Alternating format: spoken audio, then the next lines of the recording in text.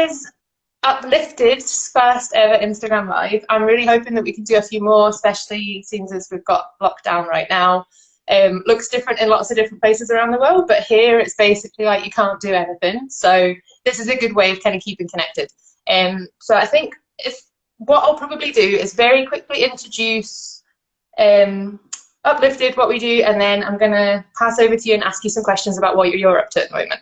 So Sure. for anyone who doesn't know, I'm Sam and I'm the founder of Uplifted. We're a new charity, very new baby charity, based in Glasgow, and we offer like access to strength training and kind of health and wellbeing facilities for survivors of gender-based violence.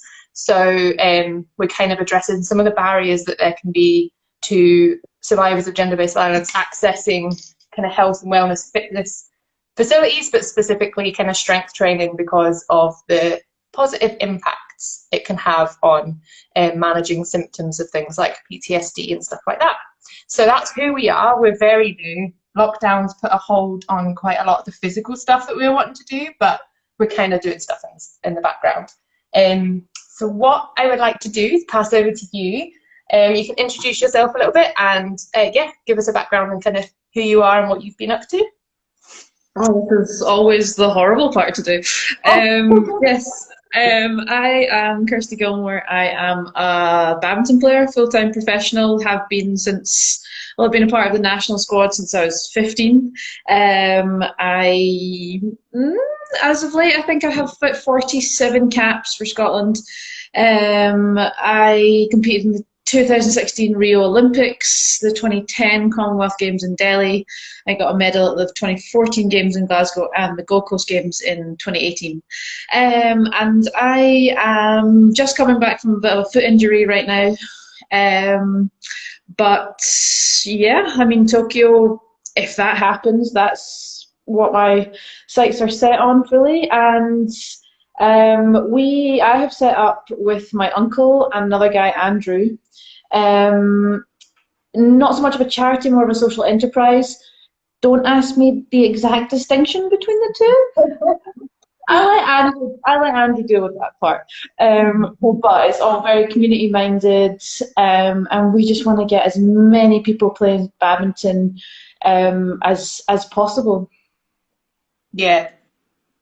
No, that's really cool, and I'm really glad that kind of we got to connect a little bit around this because I feel like your approach to things and your kind of ethos is quite similar to ours in that you kind of looking at, from the little chats that we've had, like looking at removing maybe some of the barriers that are there for some people accessing kind of sports and like fitness and strength training in general. So what kind of prompted you to start BASE? It's always been kind of in the back of my mind. I always thought it would be pretty cool to set up something like this, but I think it's just come at a time. Well, we're kind of a bit similar to you in that we have got everything ready to go. We just need premises. Yeah. And that we could function as BASE, as the social enterprise, out of another kind of location, but we really want something that's ours and we have total say of and all the decision making. So just with like when I came across Uplifted, I thought I was pretty kind of up on inclusivity, and in my mind that was financial inclusivity, racial, gender, sexual identity, all of those kind of things, disability, para badminton. I'd really like to engage with that as well, but kind of the trauma and kind of survivors of gender-based violence was an area that I hadn't really gone, yeah, that might be a limiting factor in people getting into exercise. And it just like, I just come off of gender unconscious bias workshop, and I was like all in kind of that mode, and I saw that you'd followed me on Instagram and I was like, I've never thought of that before, so that's another area that I'm now going to make sure is built into the remit of BASE. That's amazing. So do you want to give us a bit of like a breakdown of what BASE is? So BASE, hopefully, once we get premises, will be somewhere for everyone. Literally everyone. And I'm not talking everyone that has, the means to pay for badminton, because I think badminton has a kind of, it's kind of thought of as a bit of either a back garden sport, or that you have to be kind of rich to play it. And I think sometimes that can be true, but also it doesn't have to be true. I think every single, we won't, if we get premises, we won't have to paint badminton courts on the floor. They'll already be there. They're in every single community centre, high school, primary school, sports centre. So badminton it's possible to make badminton completely accessible, because everyone has played badminton. Taxi drivers are not afraid to tell me that they were amazing at badminton. Everyone's played badminton, but we want to kind of have an organized space that's really like safe and fun for anyone that wants to come and mess around, all the way up to the young professionals that are kind of knocking on the door of the national squad. We want to have like a performance element as well, but that's going to be a pretty small part of the jigsaw. The big part is community. It's the seniors. It's the over 50s, over 60s, over 70s. Anyone can play badminton. It's the toddlers, mums and toddlers. But just to have like a space where absolutely everyone wants to come and hang out as well, not just make it, you come and play badminton for this hour. You come and you chat in the cafe, and there's a gym if you want to have applause on the treadmill. And we just want it to be a community that everyone engages with in a really friendly, fun way.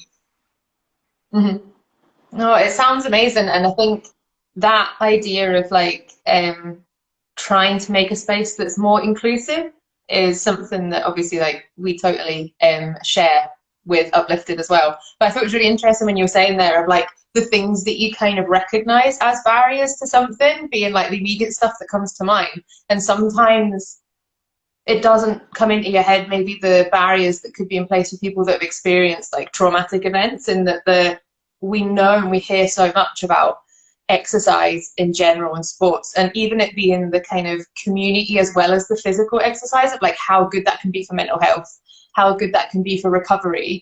But we also don't always hear as much about how hard that can actually be to get to in the first place. And so I think that's been something that's really interesting as we've kind of moved through with ideas for Uplifted, but also listening to the kind of things that you were talking about. We've had similar discussions around kind of financial barriers and physical accessibility and meeting those needs and things like that, and stuff that even English not being someone's first language, and needing kind of translated resources or interpreters or access to money. So yeah, it's there's a load of different barriers like that sometimes kind of maybe they're the more kind of the ones that are at the front, and sometimes the more time you go on or the more you speak to people, you realize that there are quite specific things that unfortunately affect lots of people. So we know the statistics around gender-based violence and the amount of people it can happen to anyone.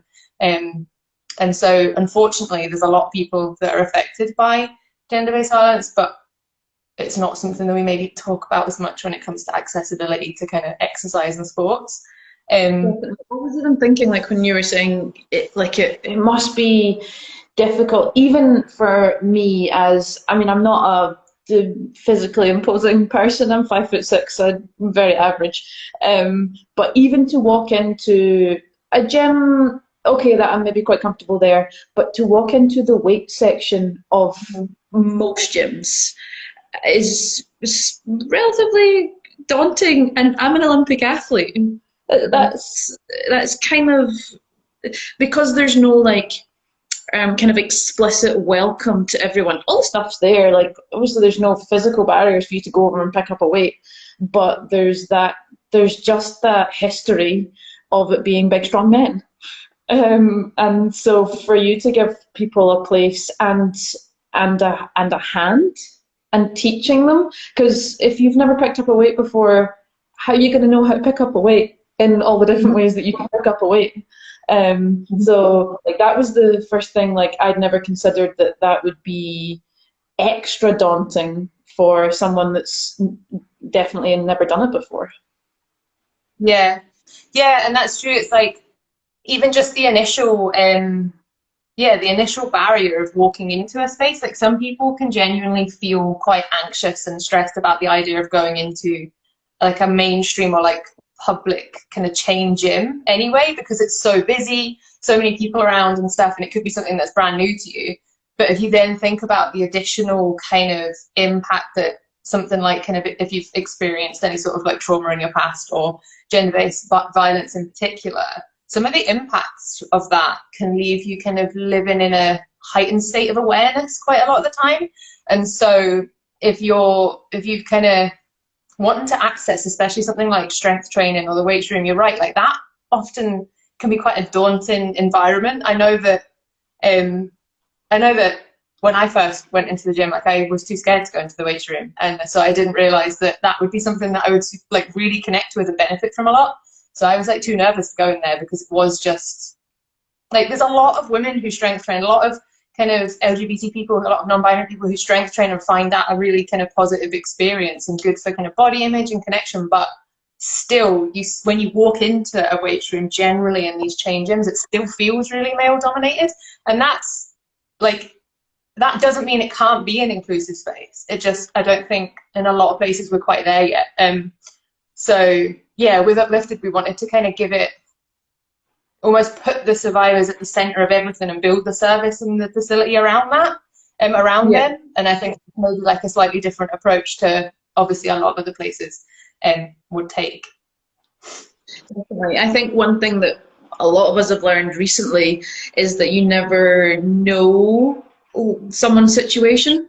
And I'm just like, what sprung to mind was like people wearing masks, or if you see someone not wearing a mask.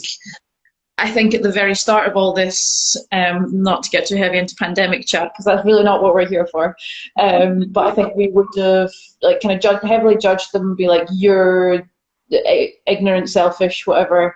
And of course, like the sunflower lanyards do help, but I think you never know some people's reasons why they don't want to wear one or why they wouldn't want to step into a gym on the flip side. So you never know what people are kind of dealing with. And yeah, no, I think that's something that people are taking into account a bit more now. Yeah, I think it's given us a lot of the, yeah, you're right, not getting into too much pandemic chat. It's hard to not mention it now at the moment though. But yeah, it's like, I think it's given people a lot of time to think a bit more about kind of human interaction and the kind of how much people have going on and how much you really don't know what someone's experienced maybe when you first see them or first meet them. So I think putting, I guess from our perspective and from listening to you talk as well, it's like putting the people at the center of the sport or at the center of the kind of the facility or the service is like building it from that.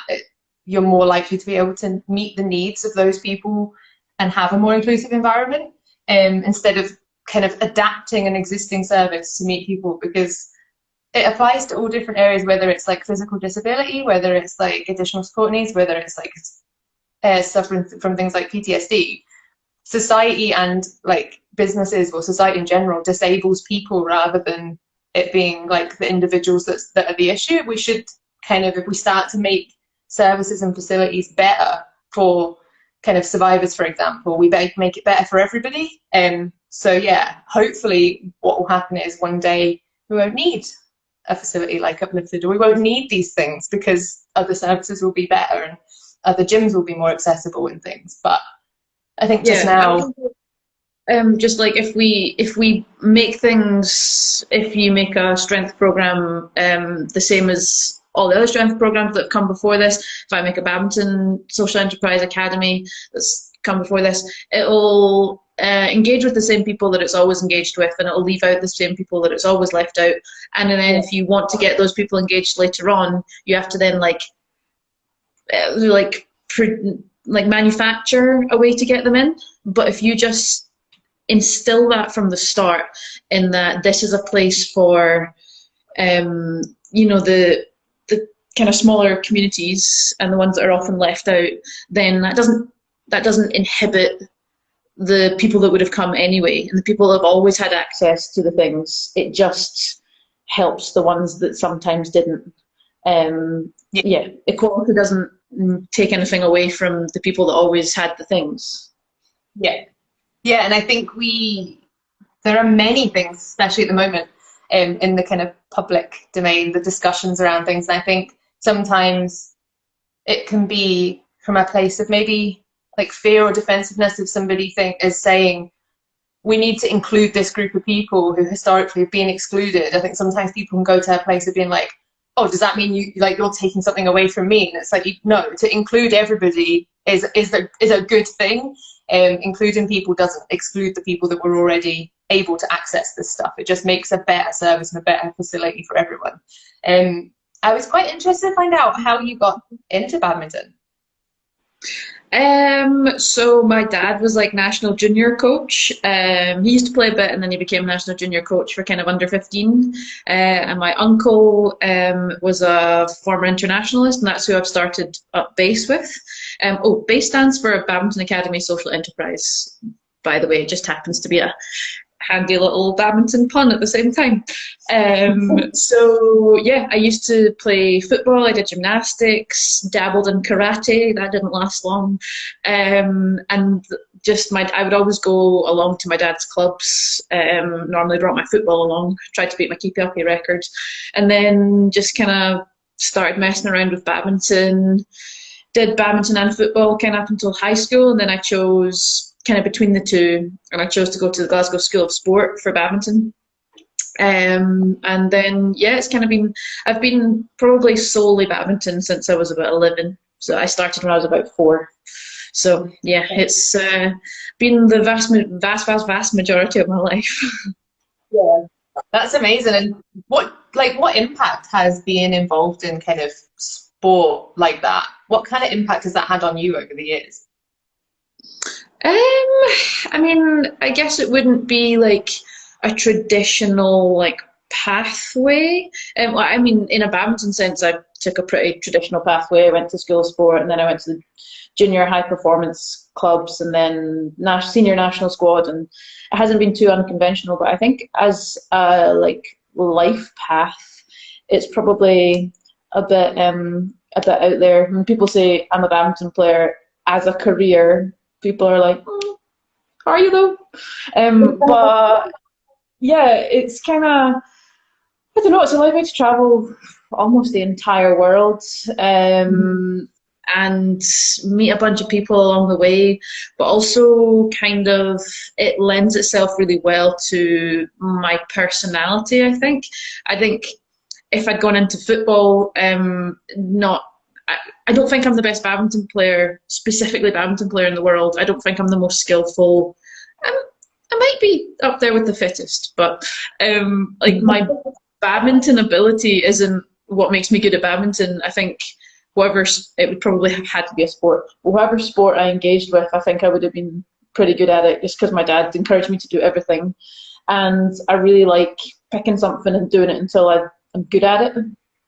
So so many different shots and tactics and things to figure out with badminton.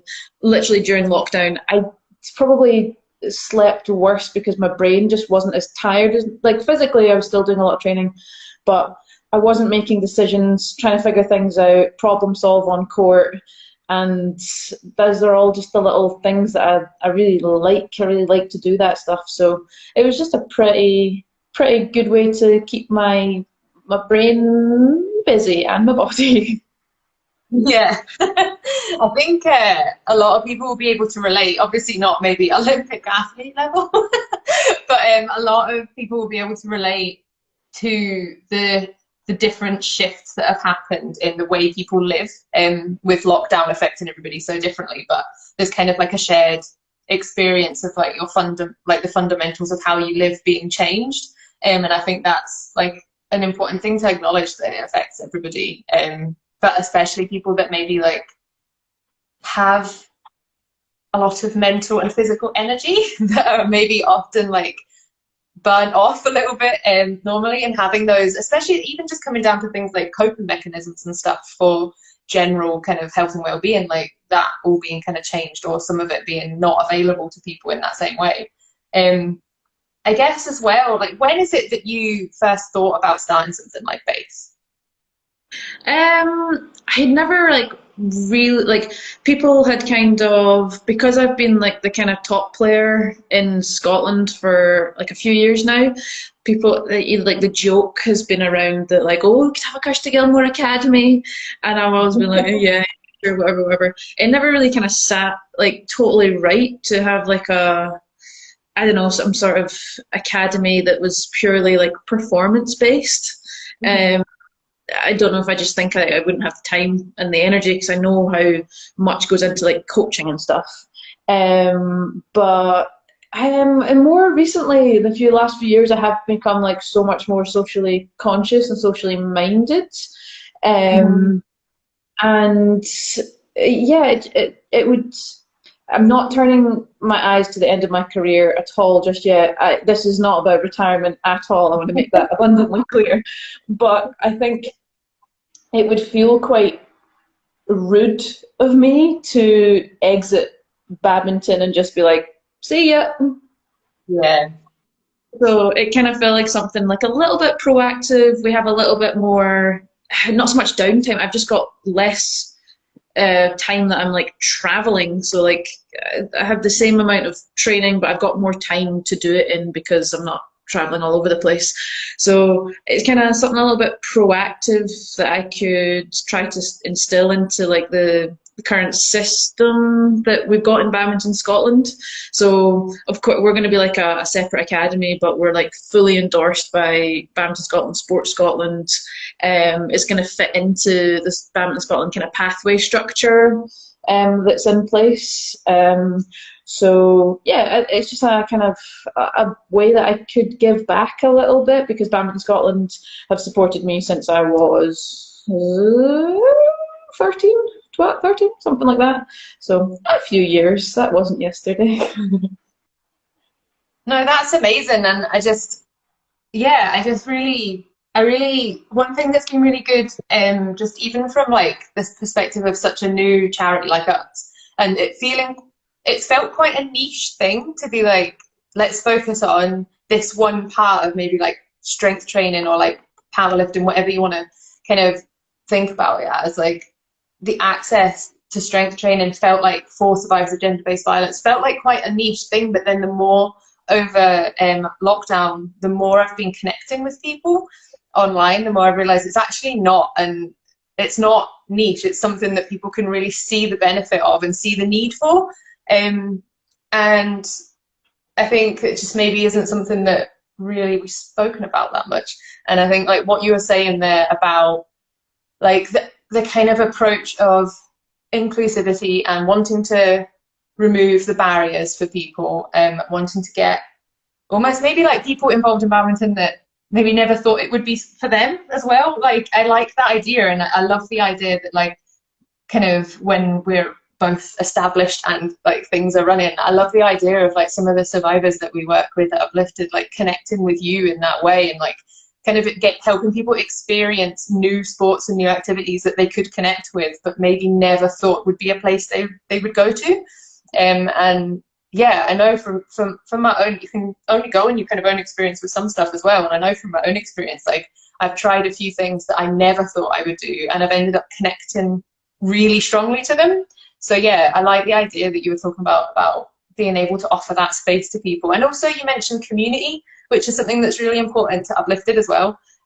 So I wondered if you kind of can elaborate a little bit on like the idea of like providing almost like a space to build a community, not just the focus on the sport. Yeah, interesting you said that because I was like wanted to say more about that. I've got quite a lot of experience of playing like in clubs in other countries. So we don't really have a club or like league system in Scotland. We tried one out in England, kind of via universities, but there was pros and cons. But in France, where I used to play, in Denmark, where I play right now, they have a well-established club badminton system with first team, second team, third team, top leagues, second divisions, fourth divisions, all sorts. And what I noticed from playing in these clubs was that I would get shipped across, obviously, from Scotland to currently Denmark, but then it was France. Me and some other international players and some French players would play the matches. The kids that compete and train in the club would come and watch the matches with their families, and the mums and dads, aunts and uncles, grandparents, they would make food for afterwards. They would bring drinks along, and everyone would congregate afterwards and just hang out for a long time. Do you know how long French people can chat and stand around? A long time. And it wasn't like, okay, it's 7:30, we must go to the match, then we'll come back, we'll leave. It's just it's the weekend. We'll go and hang out there. We'll hit some shuttles around. We'll kick a ball around. There's a basketball hoop. We'll throw some stuff in there. And it's just like, it's not so much like forced organised sport, and more of just like somewhere that you go that's not your house. And obviously we're all feeling pretty limited to our houses right now. But it's just that kind of like what football has. Just like the weekend is for going to watch your team or going to play in one of the many, many leagues. I don't think we can dive straight in there with badminton, but like I think we want to start like building that idea that it's not just something that you come and participate in and then leave. It's where your friends are, it's where the kids have clubs, it's where the parents have clubs, or hang out in the cafe. Maybe we could have a bar. I don't know what the regulations around that, but maybe. Yeah. Well, I really like that. Something that's been really important to us from the start is like community. And I feel like, so I won't go into it too much, but like my working background, apart from like starting Uplifted, is in the violence against women sector. So like I work with survivors of gender-based violence. And so like what I hear quite a lot is like, although people are impacted really differently from the experiences they have, some of the common themes are like you can feel quite isolated, and like even if you are around people, your experience can isolate you. And so sometimes like the power in kind of bringing groups of people together that maybe wouldn't usually connect or get to know each other, and they kind of have this shared experience of maybe like not being able to access this stuff normally. This is like an opportunity. People are coming together. It's not all about what's happened to them. We're not there as like a counselling service. We're there as like what we would call like a trauma-informed training facility. So it's like people who have experience, see people who, as individuals who may have experienced traumatic things in their lives that might impact them differently, but still being able to offer them an opportunity to come and train and try things out, but in a kind of supportive environment where people understand that humans are complex and a lot of stuff goes on there.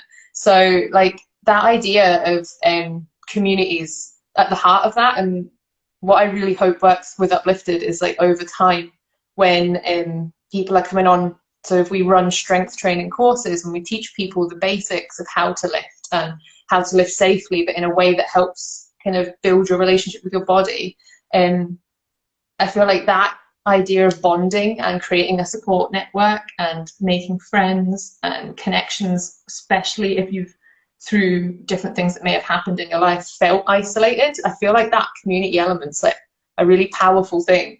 And obviously not just gender-based violence, but that's just like our area. But in general, like the people that you're talking about that maybe wouldn't have come and tried badminton before, maybe would have been excluded for different reasons, of maybe it being like a financial thing, maybe it being an idea that that's like a thing that's not for people like them. The community element of it sounds like it's a shared interest that we both have, of like something to be at the core of what we're doing. Yeah, definitely. And like you say, it's not a place for you to come and kind of air what makes you feel excluded. It's just a place to come and together with people with similar goals. And that's like, I'm a singles player, so I am on that court by myself, coach behind the court, but they can't really do much. But being part of like even just the training team, being in the same hall, in the same space, there's like 6 courts in our training hall side by side, so you're going to be like a good 100 meters away from someone at the other end. But when you're all focused on just getting better at this one thing, it's so unifying. And like you say, like it's not necessarily about the trauma, it's about the like, oh, this is going to be the cheesiest sentence I've ever said. It's about the healing together. Yeah. But it's such a mad thing, like how much I literally had a psychology session on like kind of group ethos yesterday, and how like that group ethos can change people's outlooks, people's perspectives. And I think people don't get the chance, especially not now, pandemic and all that, to like properly come together with a common purpose. Like, I guess Mhm. if you're in a workplace, but that's kind of not, no, that's kind of different.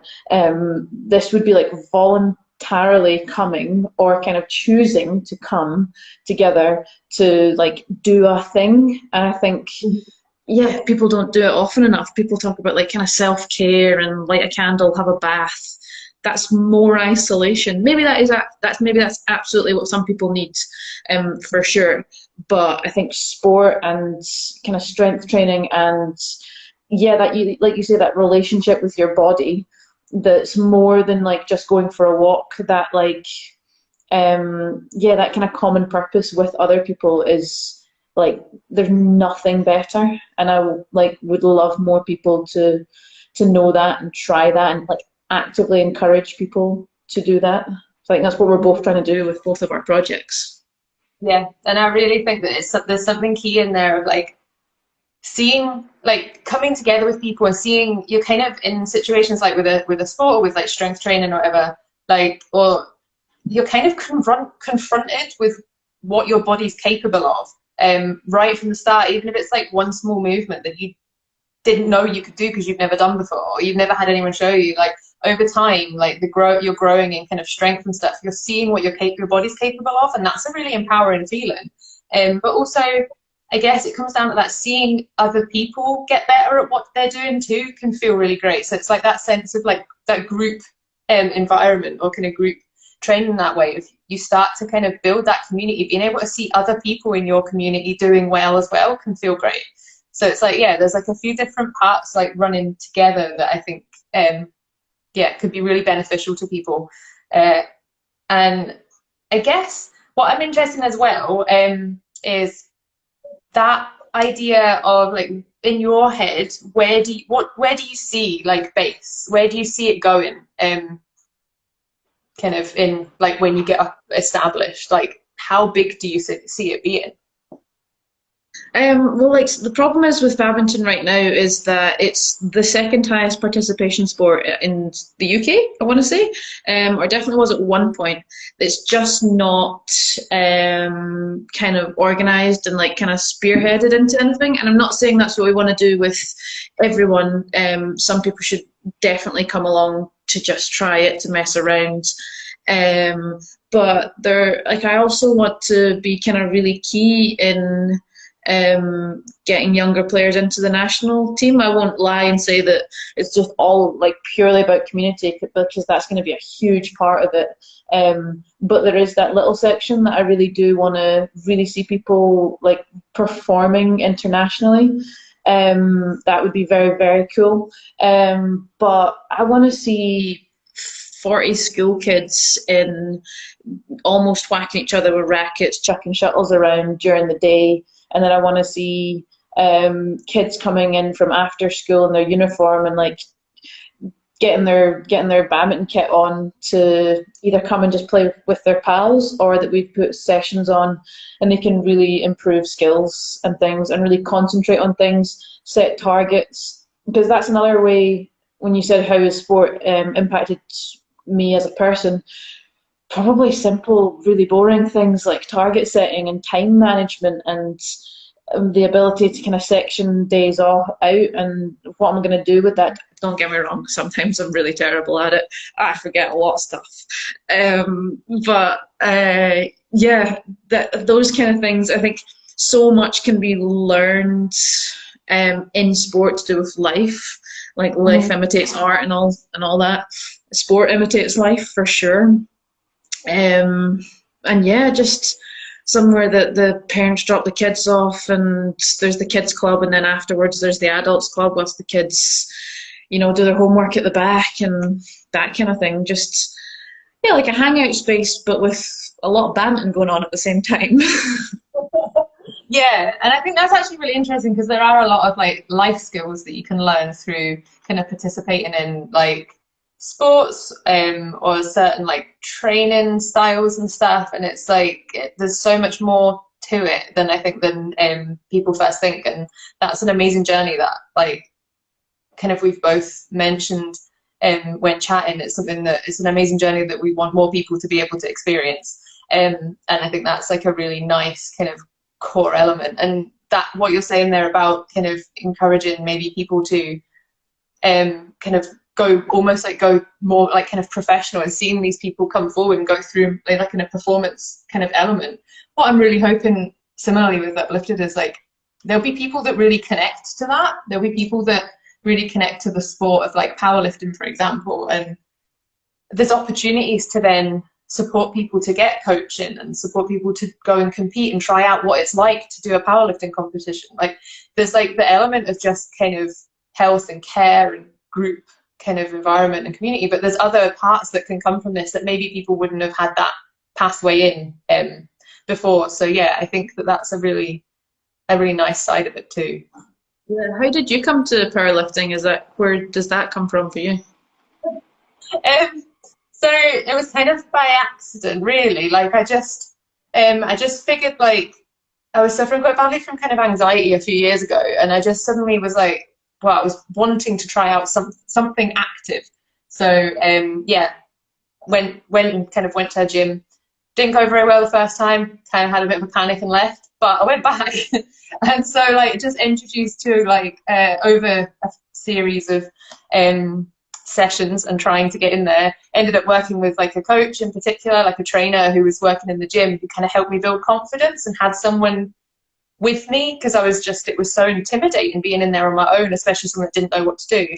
And I kind of thought like exercise or gym life was just like treadmills, but that was it. And so I was like, that's fine, I can do a jog and I can jog outside and on a treadmill. But I didn't realize there was this like whole other element, and I think that's what it's about. Like as soon as I found I got taught like the basic lifting techniques, and the minute I lifted like a heavy barbell for the first time, I was like, wow. Like I didn't know, it was like, especially like as a woman, I was like, I didn't know I could do this. So it was just like this moment of like yeah, just connecting to something, and then feeling the impacts of that. My cat's coming to say hello. Feeling the impacts of that over time, of like getting stronger and connecting to lifting weights. So that was like end of 2016 that I just kind of started, and it was luckily a trainer taught me the basics, and then went on to work with me for quite a few years after that. But yeah, it was just like that connection. I never knew anything about weight training or strength training. It's not something that was ever a focus before or anything I really knew about. So yeah, it's kind of it's kind of like one of those things that a form of being active that I didn't know really existed or didn't really know anything about. Tried it because someone took the opportunity to introduce me to it, and then I connected so much with it that I was like, no, this is what I do now. Like I do this is my thing. So many people have the kind of view that sport is going to be like a massive military man just like shouting in your face and like, you got to drop and give me 20, and like they're so aggressive and stuff. But they can be a really nice place to be, just like doing stuff and things, and popping stuff up and chucking stuff around. I think it's got this kind of rep that it's like you gotta be sweaty, you're gonna be out of breath, you're gonna hate every minute of it, it's gonna be aggressive, there's gonna be shouting. A lot of places there are, and a lot of places people love that, but I don't think that's what either of us want to kind of convey that exercise is. Mm-hmm. Yeah, totally. And I think that's really interesting, actually, like misconception, because that in itself can be a barrier. If that's somebody's idea of like what exercise is, or like that's going to be off-putting for a lot of people. Yeah, no, that's not for me. I don't respond well to being shouted at. So like I think it's that idea of like changing what the environment can be, and like you can still get, like if you have a focus and you want to be really strong, you want to lift a certain amount of weight, or you want to become good at badminton and things like that, or an individual sport, it's like you can do that without the kind of quite like toxic relationship that some people can like develop with exercise. And so I think it's like shifting away from it being purely, for example, like purely an aesthetic thing to go to the gym, for example, and actually be about like kind of health, well-being and strength and community and support and recovery for some people. So yeah, I think, yeah, I definitely think that, well, I'm for one really excited to see what you do with base. How can people keep up to date with like your developments and stuff? Currently, we have a website under construction, and we're slightly behind June in that we don't quite have our logo and everything like sorted. I've got a lot of ideas. I've been messing around with various logo makers, and we're pretty settled on one, but we're going to get all professionalized and whatnot. So we're going to have social medias up and running soon-ish. Don't quote me on a date. So we'll have all the social medias up and going soon, but I'll probably be like punting stuff around on my social medias, so Twitter, Facebook, Instagram, in the meantime. So yeah, probably follow me as a start, and then I'll shift everyone across to the actual official pages. Yeah. Well, that's amazing. And I think like what I'll do as well, there was a few people, there was actually someone that messaged me through the Uplifted Instagram specifically because they wanted to hear you talk and knew that they wouldn't be able to access this. So I said that I would share this on save it to our Instagram TV. So what I'll do is I'll kind of put it out, like a link out as soon as it's done and ready. And I'll maybe like in the kind of explanation and stuff, I'll put your social media like information so that people know that that's how they can keep up to date with what's happening with base and yeah, see what you're up to, because I think it's a really cool project. I'm not gonna say that I know how to play badminton, but I actually think that the person that we had experimented with badminton in the summer. I think the person that I did might be watching this, but we played around and it was really fun, and it was something that I was like, this is harder work than I thought it was going to be. But it was really fun, and I was just like, this is not something that maybe people would initially think like you can do to just like kind of enjoy and like move and be active, and I think that's really cool. So that was my very small experience of it, but it was so great. It was so fun. No, well, in that case, we'll definitely, once we've got premises, you guys are going to come along and give you an individual lesson. How about that? That'd be so cool. No, definitely. I think that's something that I really want to do. So yeah, kind of linking up with like what we do and what you're doing and other people that are doing these kind of things where you're trying to create a more inclusive environment for people getting into like activity or sports or like strength training, whatever it might be, yoga. Yeah, so things like that. I would love to connect with other people like that. So similarly, when we're up and running with our space, you can come along and see it, and yeah, we can do something together, because I think that would be really great. Yeah. Thank you so much for talking to me so far. I think yeah, it's been really helpful. It's been really nice to hear more about base and why you wanted to do it. And so I can't wait to watch the developments there. Yeah, is there anything else that you want to kind of talk about before we wrap up? Not really. I think we've covered the vast majority of things. Just yeah, I think it's just so exciting that like people are taking the time to set these things up. I honestly never thought I would be one of those people. I have been pegged as a selfish singles player in the past, and I'm like working towards just.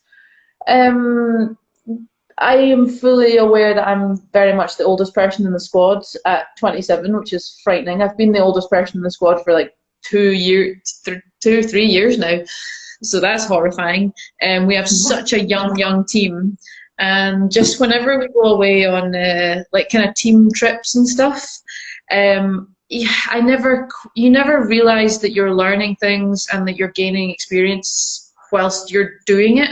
It's only now that I'm like almost a full generation, not in terms of in terms of badminton generation, I'm almost a full badminton generation older than some of the younger guys in the squads. At one point, I think our average age is maybe pushing 21 now, but at one point our average age was 19 for our national squads, and I was raising that by a good chunk. But I've just kind of come round to being a bit more of a, I don't know, I find it a lot easier to give advice and feedback to younger players now. And it's come quite naturally, I would say, which I never thought I'd find myself in that position. I was always the youngest one. I've been in the squad since I was 15. So I've kind of noticed that like natural like transition in myself to being a bit more maternal. Or grandmum maternal. So yeah, I think it's just been quite a natural shift, and that's kind of why bass kind of felt right about now.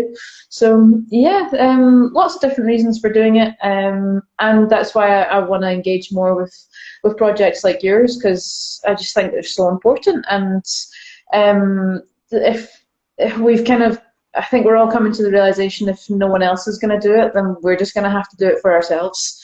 So like we might as well just get it done. So yeah, that's my closing statement, as it were. Yeah. Yeah, no, that's a very nice point to leave it on, actually. But yeah, I definitely share that. If no one else is going to do it, then might as well do it. Because there's well, there's a need for this, there's a gap for this. People can really benefit from this, so I might as well do it then. Yeah, no, definitely. And I just want to say, like, thank you so much for taking the time to talk to us. I actually noticed that like there's a couple of questions that had come through. There's a couple of questions that came through to us before as well. So what I'll do is I'll maybe forward them on to you and see if you can respond to any of them. And yeah, I like that. What you were saying there, it's almost like an opportunity to give back, like kind of, yeah, some of what you've kind of gained, knowledge and experience that you've gained through your career so far, is that this is an opportunity almost for you to like kind of give back and help more people get involved. So yeah, that's been really nice. For sure. And now we're part of Team Glasses, apparently. You're not allowed in the club unless you're wearing these glasses. Yeah, obviously. It's definitely it's a branding thing, right? Mm-hmm. It's a charity social enterprise thing. You wouldn't get it. Yeah. Cool. Well, thank you so much for talking to us, and yeah, we'll have to keep in touch. I'll keep sharing anything that you kind of like, anything that develops that you're doing with bass, because I think it's really cool. And hopefully we get to work together as well. But thanks so much for chatting, and it's been amazing and really helpful to hear a bit more about like you as well as what you want to set up. So definitely, no, same goes for me. I'm going to be promoting you guys as much as I can, because I just think there's absolutely no downside. Yeah, amazing. Thank you. And now I have to work out how to end a live. That's on you. Cool. Right. Bye. Bye.